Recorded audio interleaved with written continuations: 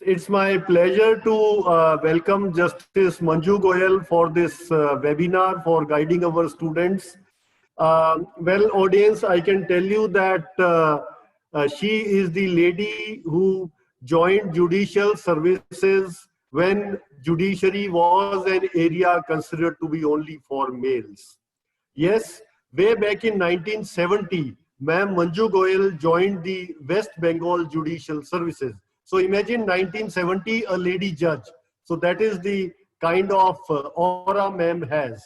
Well, moving further, ma'am then joined Delhi Judiciary, and then she joined the Delhi High Court, from where she retired. Other than being a judge, ma'am has been a teacher and a prolific writer. As a teacher, ma'am has taught for 3 long years, and as a writer, ma'am has published numerous papers in journals, and she regularly contributes to the reading material prepared by various legal services authorities. Not only this, she is member of various NLUs and is contributing to academics in that way.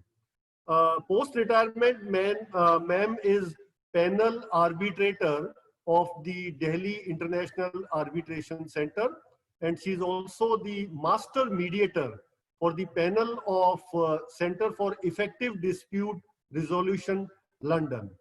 Ma'am, it's a pleasure to welcome you online. You have visited our college, and I had the pleasure of welcoming you in my college. Thank you, ma'am. Thank you, sir.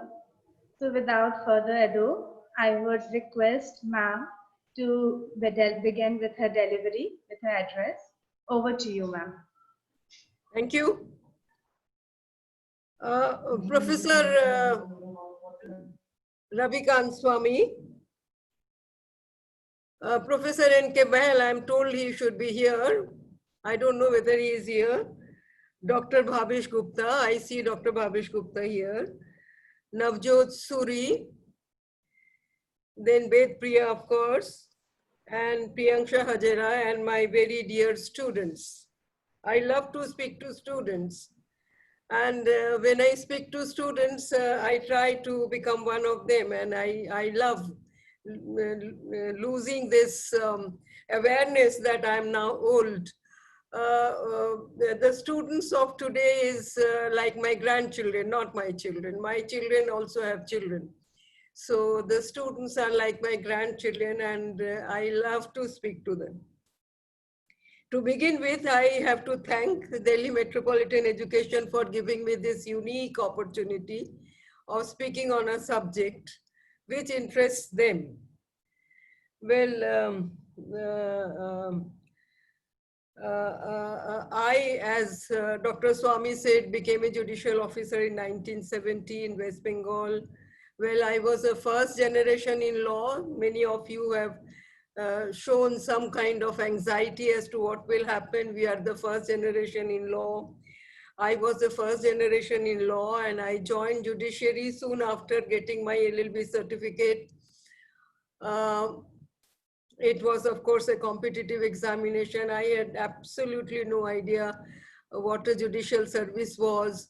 But, you know, in those days, I don't know whether new job seekers of today face the same atmosphere as I did. And in those days, jobs were few, and you had to hunt for jobs. Every morning I would open the newspaper and find out that column. Now, of course, you get advertisements all around you, but that time only in the newspaper, people used to find opportunities. So we would open that part, you know, the classified columns, situation vacant. So look for all the situations vacant, take out your paper and pencil, write out application, go to the post office, post them, and keep waiting. Someday some interview call will come. And then, you know, that anxiety all over again, because the jobs were not offered as a permanent jobs, and most jobs offered were temporary jobs. So in those days, I had joined as a teacher on leave vacancy, and once leave vacancy is over, I would go over to another leave vacancy. So when this advertisement appeared for judicial service. I said, okay, now I have nothing else to do, so apply for this job, and then I prepared for the competition. Well, destiny is something very important, and luck favored, destiny called. So one fine morning, I found myself selected, and then I joined, and I happened to be the first woman in West Bengal Civil Service judicial in those days. It is nice to see now how the present students are so focused as to what they should do after they have finished their LLB. For me, it was itself something very big to, to qualify the masters in economics at that time. I thought, oh, that this itself is an achievement, why bother more? And then I got the LLB itself again. But beyond that, what lies ahead, I didn't really plan this way, the way the students now do. And now I even ask my grandchildren to think, what they will do after they grow up. So I don't think in our days, particularly girls, were ever asked, what do you want to be? We now ask the girls, what do you want to be? But when I was a girl, nobody probably put this kind of ambition in my mind. Now, sorry, what is a judge? So people want to know what it will be if I'm a judge. Well, like any government service, it is a 10 to 5 job. You have salary, fixed salary, job security, and other benefits, but there is more.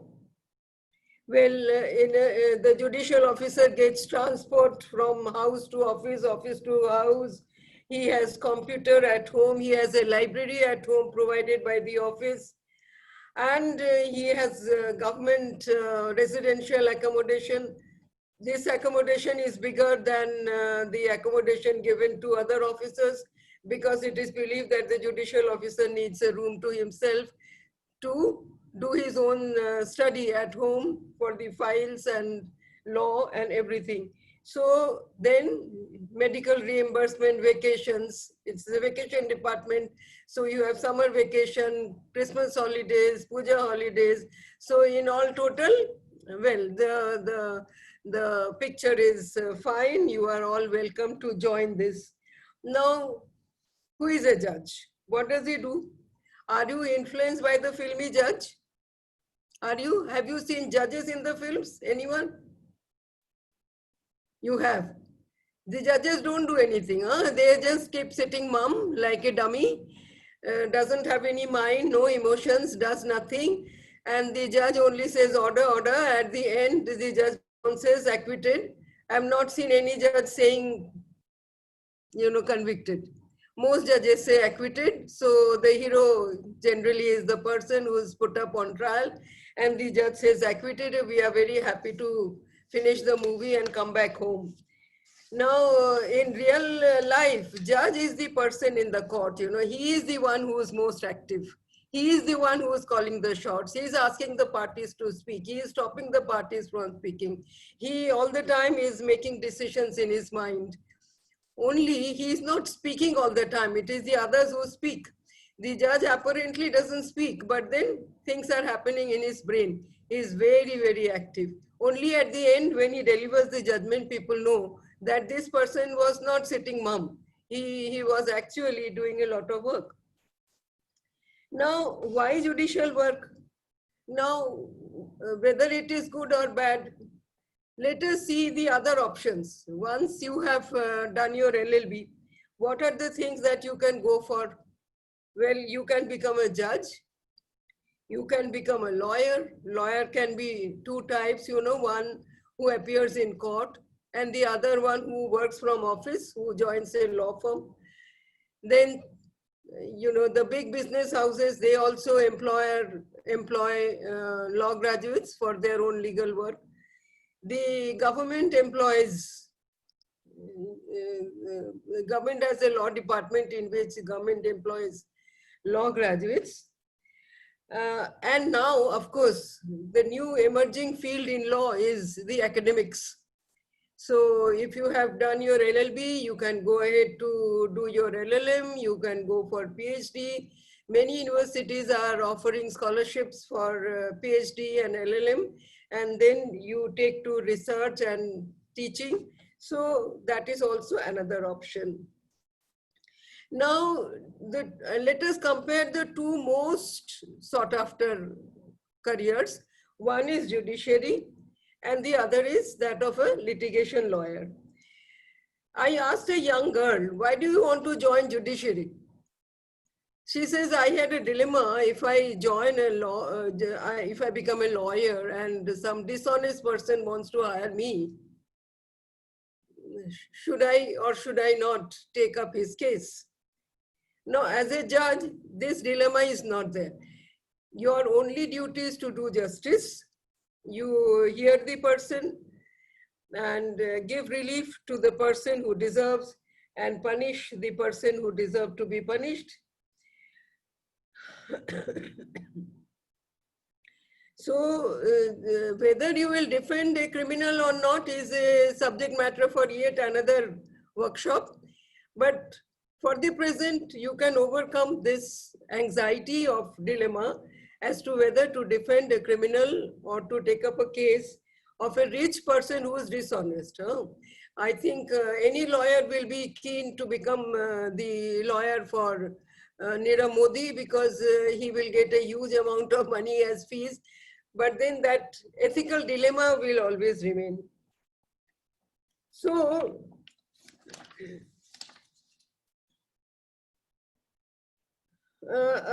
another thing is, as a judge, you are a generalist. You decide cases on various fronts. Today you are on the civil side, you get posted on the criminal side. Next year you go to the criminal side. Again, you can have specialized courts where specialized things are done. But a lawyer tends to specialize, you know. He is a criminal lawyer or a civil lawyer and he grows in that area. Whereas the judge gets to learn law on all fields. So the knowledge is more wholesome as a judge.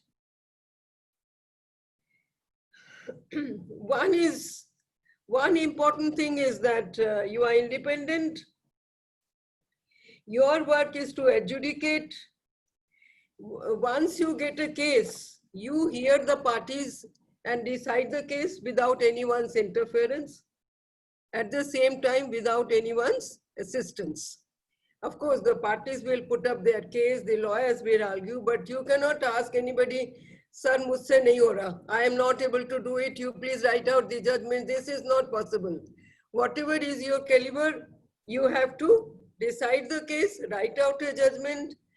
You see, I had a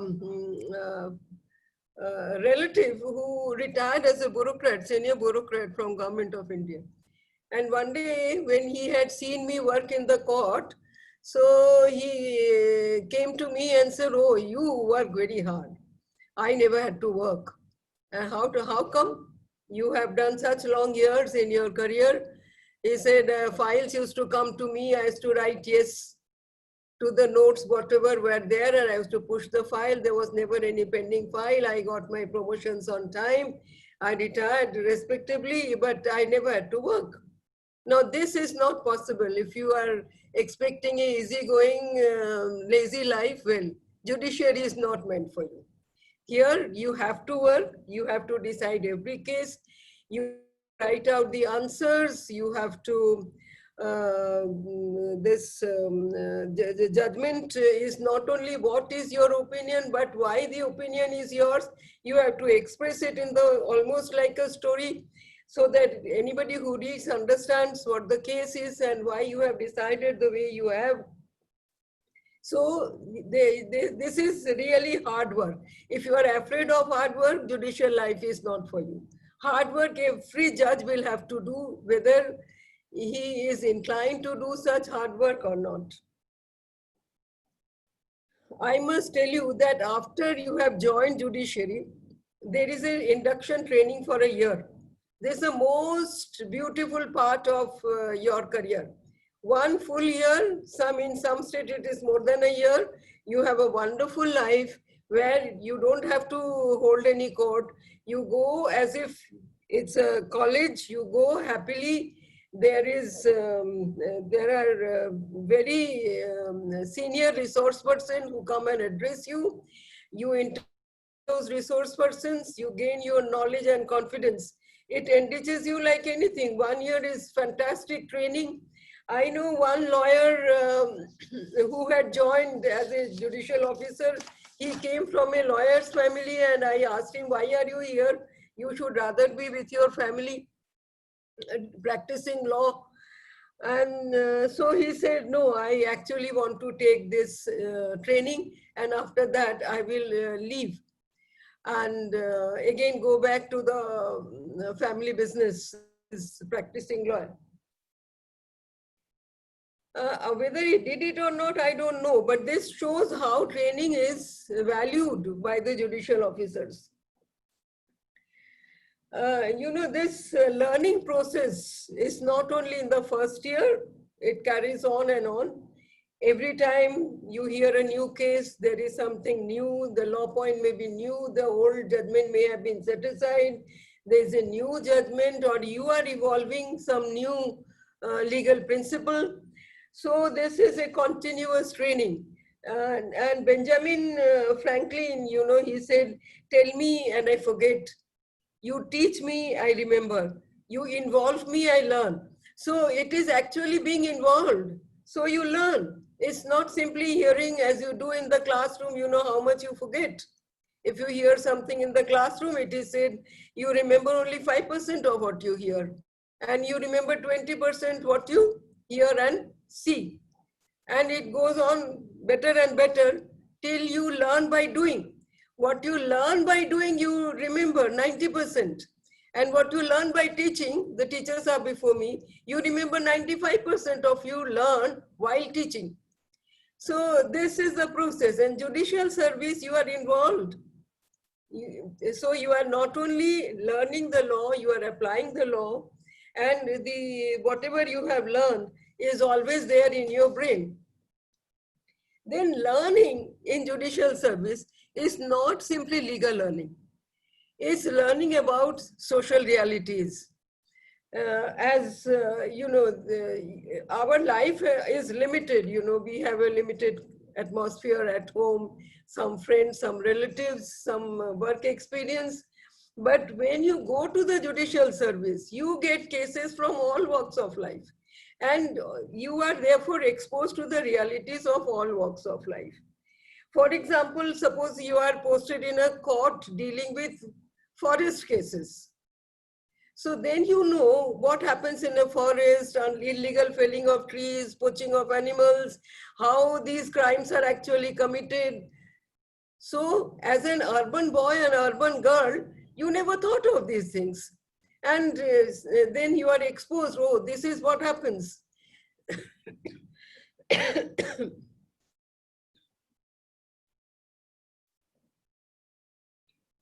Suppose there is a case dealing with coal mine. So much is revealed to you, how the coal mines are operated, how the contracts are given, how the interests of different people are involved, how labor works, so many things you get to know. So actually, as a social person, you will find, compared to your contemporary, the person who is a judicial officer is more mature.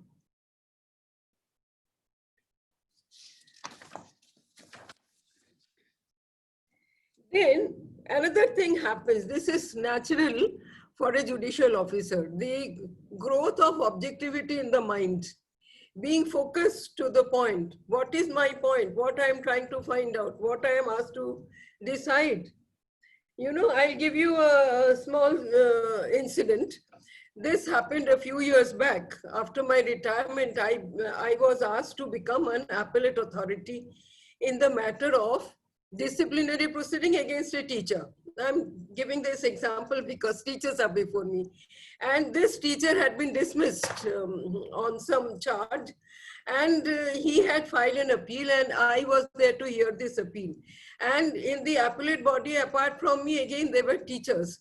And the body which had punished him had teachers. You know, this is how it works in colleges.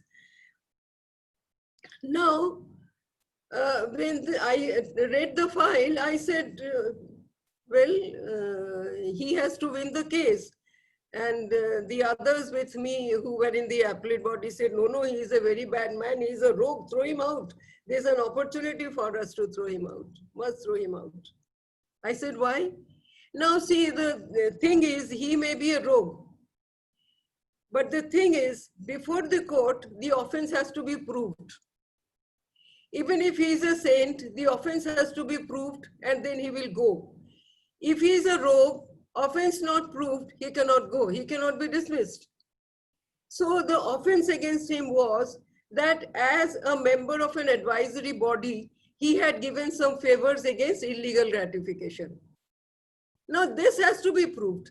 Whether he is a good man or bad man is none of my business.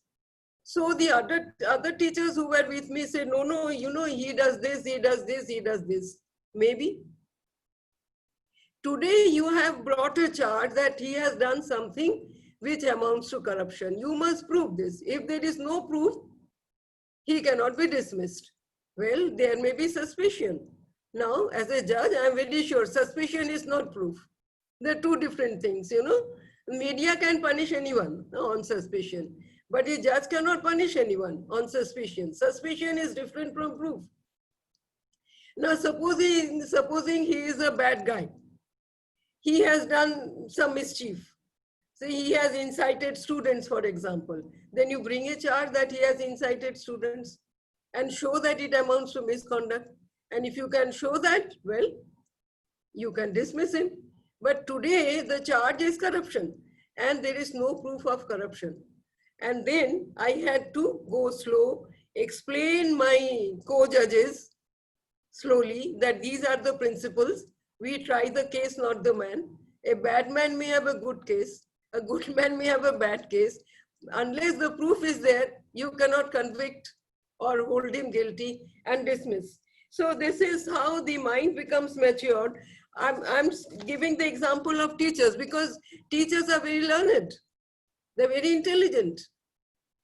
But then training of my mind is different from training of their minds. Now, the most important part of a judge's life is ethics, his personal conduct. You know, he is a judge 24 hours, although I said 10 to 5 job. Well, it is a 10 to 5 job. But he is a judge all the same, all 24 hours. And there is no difference between his personal life and his professional life. Suppose there is a judge whom you have learned the previous night, he was found lying in some place of ill repute with unacceptable levels of alcohol in his blood. He will not appear in his court. He cannot say, well, that's my personal life. I had a day out. He will not be heard to say this. He cannot say, okay, I also have my personal life. What do you have to do? Today I'm sitting in court, bring your case, I will decide, I'll show you I'm a good judge. A judge will not be heard to say this.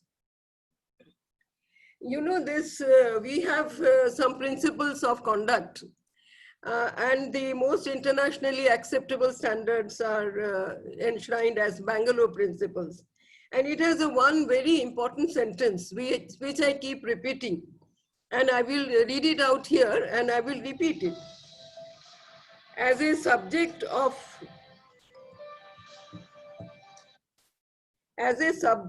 constant public scrutiny, a judge must accept personal restrictions that might be viewed burdensome by the ordinary citizens and should do so freely and willingly. In particular, a judge shall conduct himself or herself in a way that is consistent with the dignity of judicial office. I will repeat. as a subject of constant public scrutiny, a judge must accept personal restrictions that might be viewed burdensome by the ordinary citizens and should do so freely and willingly. In particular, a judge shall conduct himself or herself in a way that is consistent with the dignity of the judicial office. Now, if I ask you, what is the conduct consistent with a judicial office? Or if I put it in the negative, what conduct is not consistent with judicial office? Any answer? What conduct is not consistent with judicial office? For example, ma'am, I would like to answer here that if, we have a queue where we have to pay the electricity bill and, we need to follow the queue. But if somebody comes who is appointed as a judge and says no special privilege should be given to me and I should be the one who should be given the first chance to go and pay the bill. So we have other examples also. Like we have, the offense of drinking with driving while we are driving and drinking. So that is a punishable offense.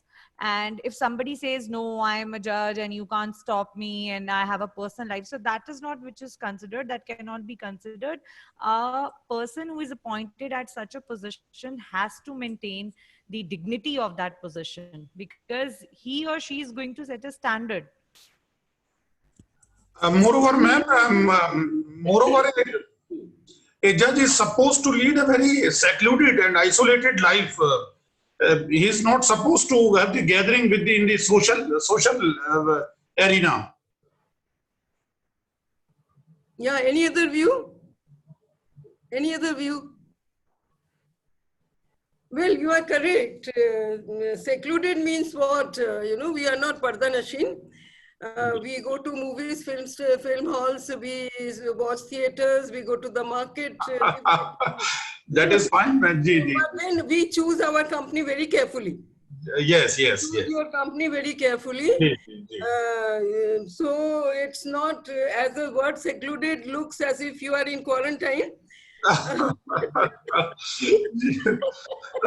Ma'am, if you see the colonies of the judicial officers, they are so silent. Nobody is allowed to enter into the society of the judicial officers. They remain very aloof, as if they have been cut from the society. Good. Aloof is not the right word. Reserved is the correct word. Reserved. Yes, ma'am. They choose their company very carefully. Yes. Because you know why. I don't think I have to explain why they. Yes. Now, their conduct has to be beyond reproach. And but ma'am, don't you think that in the present scenario, that code of conduct has little bit diluted? If you see, most of the judicial officers are on the Facebook posting the comments like on ordinary person. I will not enter into this debate. Okay. It's a very general kind of a statement. Thank you, ma'am. Instance, there is no point in arguing this. But so nice. Then now addressing the students with their concern. Now, seclusion, of course, they have asked what is kind of seclusion. My internet is unstable, they say. I don't know, whatever. But then I'm telling you, we live a normal life, but then we very carefully select our social circle, where to go, which invitations to accept, where not to go, whom to invite, whom not to invite, who is allowed to knock at my door.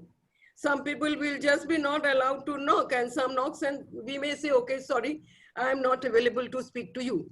So that kind of reserved life you have to maintain. Now, as a judicial officer, as I said, you are 24-hour judge, and 24-hour your conduct has reproach. You see, if a film star has 2 wives, nobody go to see his movie next day. Not say it is my personal life, I may have 3 wives. How does it matter to you? You see, you cannot have such relationships. There can be other situations, you know, when judge might have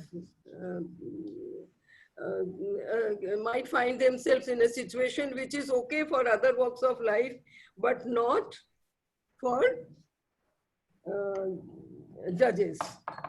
Now, the questions that I have received, you know, from the students. So I've taken questions in order to understand what is it that they are eager to know. And the questions, if I classify them, are of two types. One is the personal life, which we are talking. The other is about prospect. What are the prospects? Well, they are more very intelligent people. You know, I remember this joke.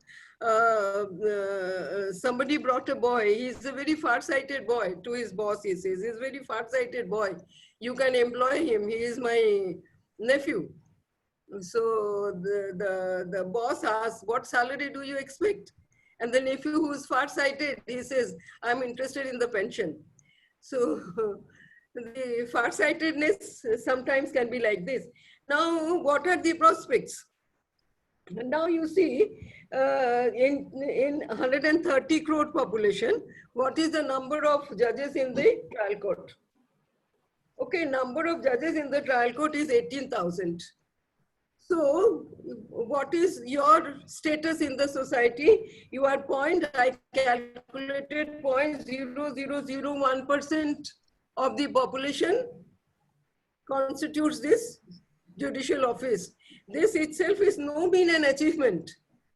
This itself is a great achievement. That is why you should join judicial service. This itself is an achievement. But if you look forward, what to expect in future, you see, for nearly 25 years, you will be a judicial officer, a district court judge. Now, if you think of High Court judgeship, well, that is a legitimate expectation. There are today 1,080 High Court judges. And compare 180 to 18,000. So someday you may aspire, that is a legitimate expectation, as I say, to become a High Court judge. We have 34 Supreme Court judges. It is your guess whether you reach Supreme Court. But generally, the person who joins the judicial service at the lowest cadre is not expected to reach the Supreme Court. That is another story. Your teachers will say you can read the lives of people who, but there are only 34. I don't think you start your career hoping to become a Supreme Court judge. Now, how do you balance your life at home and in office? Well, that is again a very important question to address. Well, everybody has to do it, you know, and then particularly some people have asked about women. Now, work and office, women at work and office, women in judicial work and home. You see, so whoever works also has a family. A woman who works has a family. So the man who works balances family and work. It is taken to be granted. You know, woman who works has to balance the work with family. A man cannot prosper in life unless he has support from the family. A woman cannot prosper in life unless she has support from the family. Only when his man is supported by the family, it is taken as a matter of course. When the woman is supported by the family, it is not taken as a matter of course. It is a privilege. Oh, your husband is so nice. Why? He has to be nice, otherwise he can't ask me to work. For nearly 10 years in the initial years, my husband used to drop me to the office. And in the evening, he used to pick me up. You see, it's natural. If the husband and wife have understanding and both are interested in the career of each other, it is to be like this, and the days are coming, it has to be like this. You see, a woman, now I say woman and then a judicial officer, things are the same. As a judicial officer, when she comes back home, she also brings some tasks. Not files for us, but she has to read a new judgment. that has come from the Supreme Court, or she might have to prepare something to write a judgment tomorrow. So she might have something to do at home also. The family has to be supportive. But I will have to take the family along. That's my responsibility. I must make my family understand the nature of my job. And once the family is with me, I tell you, the family is not only support, family is your guide, your guard. Family will push you. You see, it's how you mold the family. I recall one day I was particularly late from office. I was very late. And my husband was waiting. He had almost lost his patience. And as I entered, I found anger on his face. I said, I'm so late. Don't you think I've worked very hard today? I was expecting some sympathy, not anger. See, he immediately changed his attitude. He was no more angry. He was trying to console me. Okay, kabhi kabhi ho jata hai. You know, sometimes you have to work extra hard. And so the family started looking after me, asking me if I want water or tea or sit down for dinner now that it is late. So it is how you take the family along. When my son was, 3 years old, I sent him to a nursery school, and he came back from the school and he said, Mom, no other child has mother going out to work. Why do you go out to work? You be with me, because coming back from school, if he doesn't see his mother, he's upset. So I must have told him something, the importance of working or importance of my working. And he was in class 2. The teacher put this question to the class: should mothers go out to work? And he was the first person to raise his hand and say, yes, ma'am, the mother should go out to work. And he gave. So,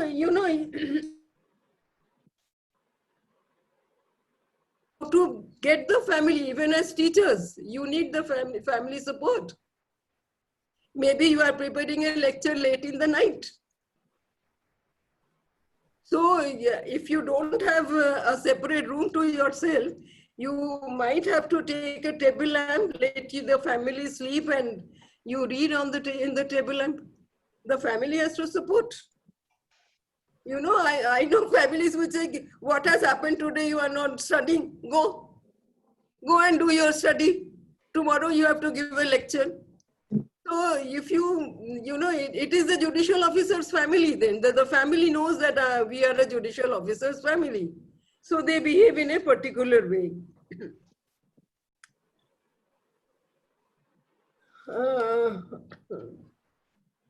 Then independence. Some students have asked, what is the situation about independence? Now, independence is of two kinds. You see, independence is systemic. Our independence is systemic. The system is giving me independence.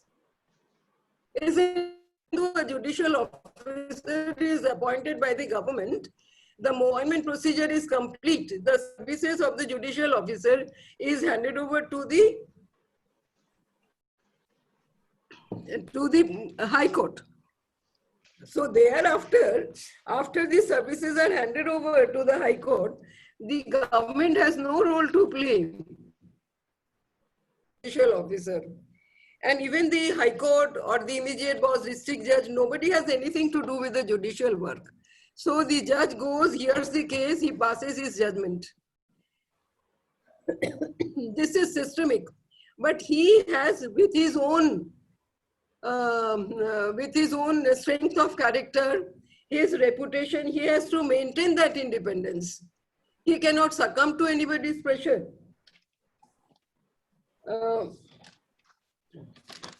Now, this, as I said, that reputation is something that protects. What is reputation, if I ask? What is reputation?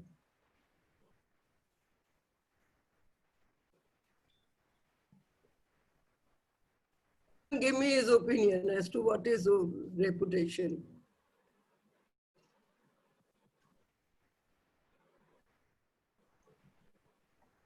said strength of character. My character is my own, but my reputation may be different, isn't it? Reputation is what people think. What people think you are is that reputation. But this, how this reputation is built, it is built bit by bit by bit. And once you have built a reputation, you have to stick to it. You have to maintain that reputation. As it is said, you know, reputation travels faster than the man. Once you have built a reputation that here is a person who is strong, here is a person who is not approachable, here is a person before whom you will get justice, that reputation will stick.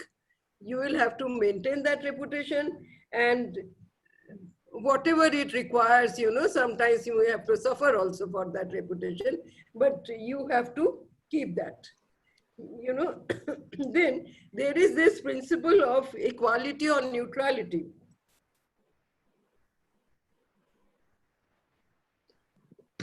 It is one thing to be independent. It is quite another thing to be neutral, right? Neutral means I have no biases in my head.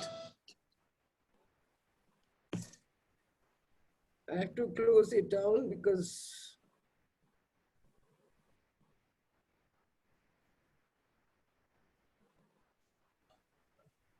neutrality is being free from all kinds of biases. We are all biased, you know, somehow or other, unknowingly, unwittingly. As we grow, we hear things from people, you know, these people are like that, or this person is like that. So unknowingly, we develop biases about people, isn't it?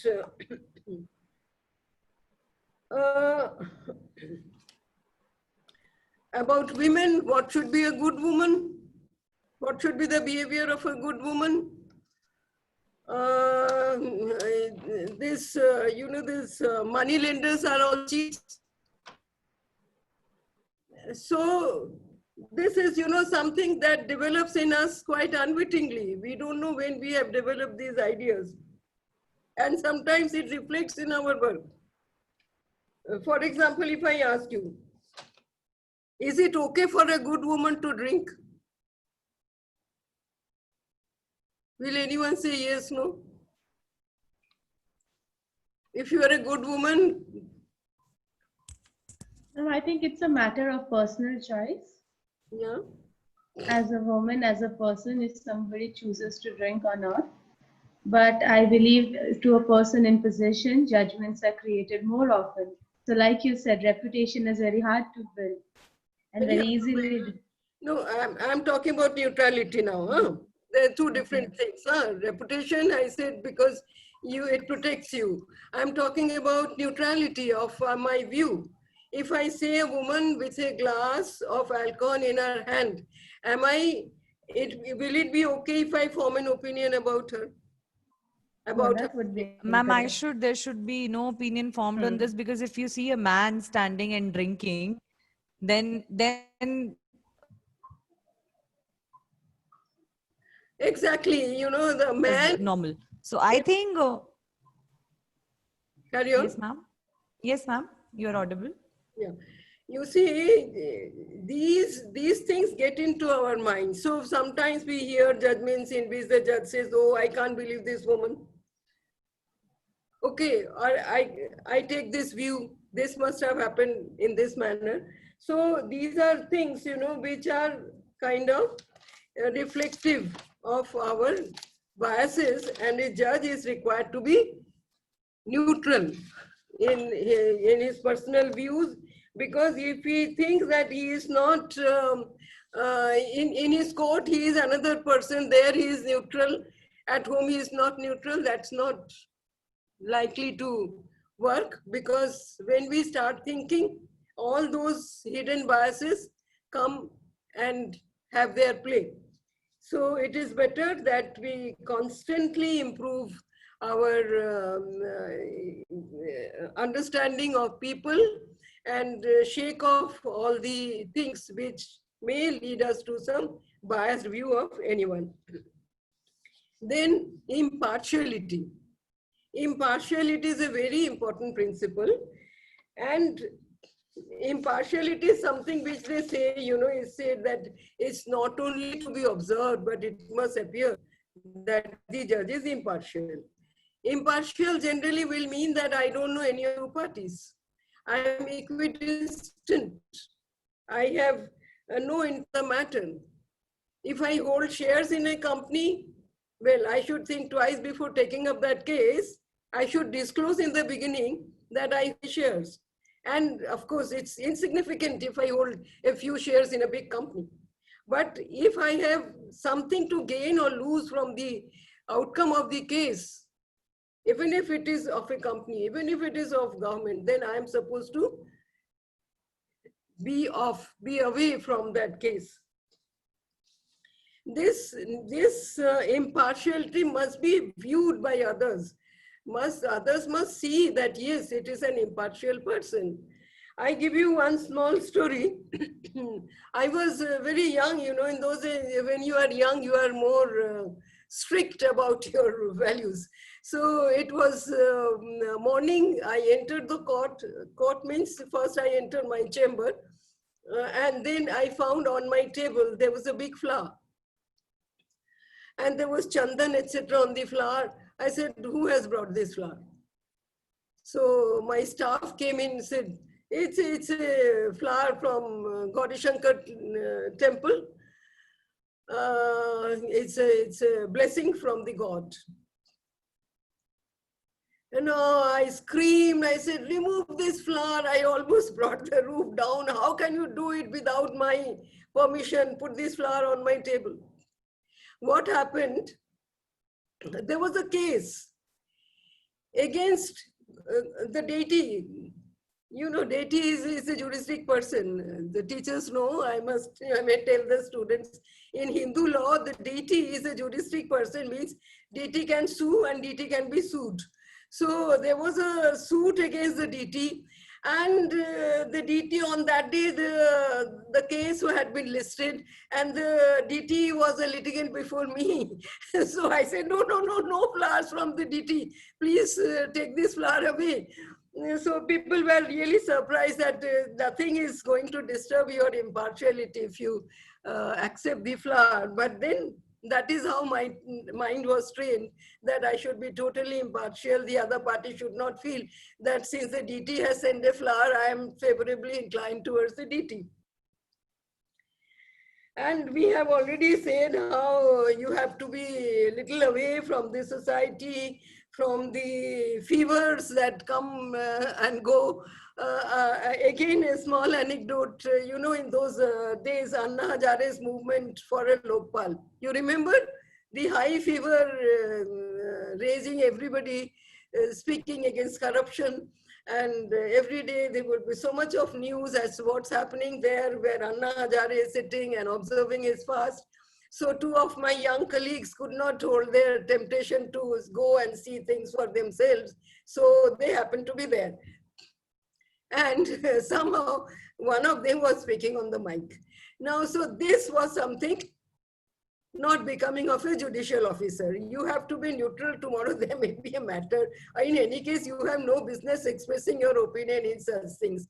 You rather be at your work. When some issue comes to you, you please speak on that issue through your judgment. So what is the time? I think it is time to conclude. You see, to sum up, the judicial officer is a very respectable office. I'm sure you like this. I never regretted giving up teaching and join judiciary, although the mentee of a teacher would have been lighter for me. I have opted for a more difficult type of life, but I'm never sorry. And I think my students, if they aspire to be judges, they are all welcome. Please try your best and become a part of the judicial family. Thank you, ma'am. Interaction?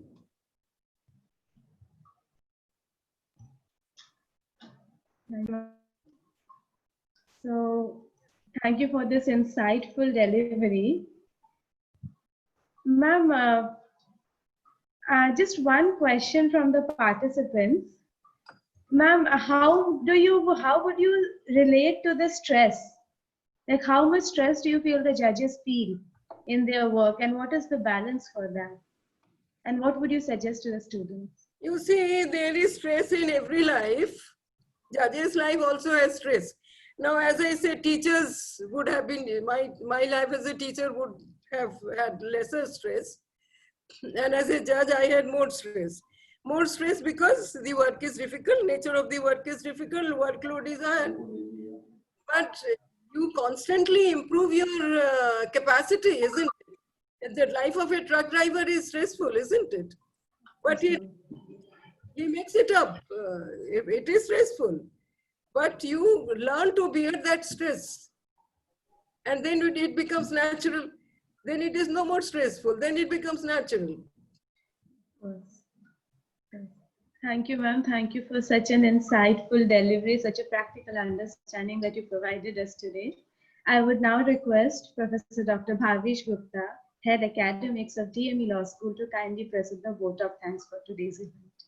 Please, sir. Thank you, Ms. Bedpriya Lahiri. It's now my pleasant duty to propose the vote of thanks. So today, on behalf of DME and myself, I express my sincere gratitude to our Chief Guest, Honorable Justice Manju Goyal ji, former Judge, High Court of Delhi, for sharing her valuable time to be with us in this evening. Ma'am, your illuminating, informative, presentation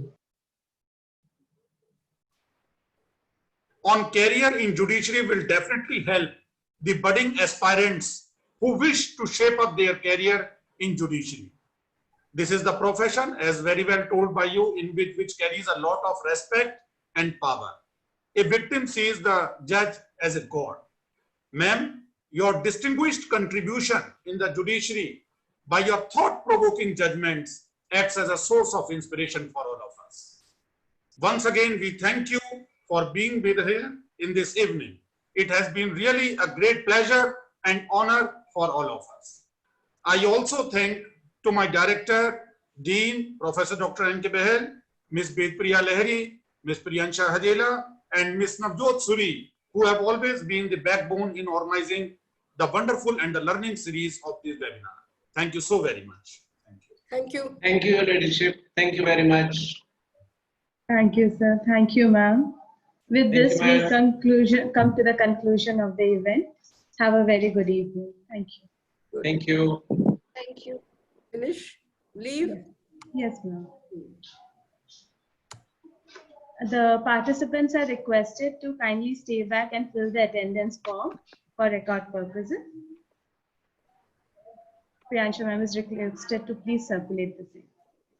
Yes, ma'am. The form has been circulated.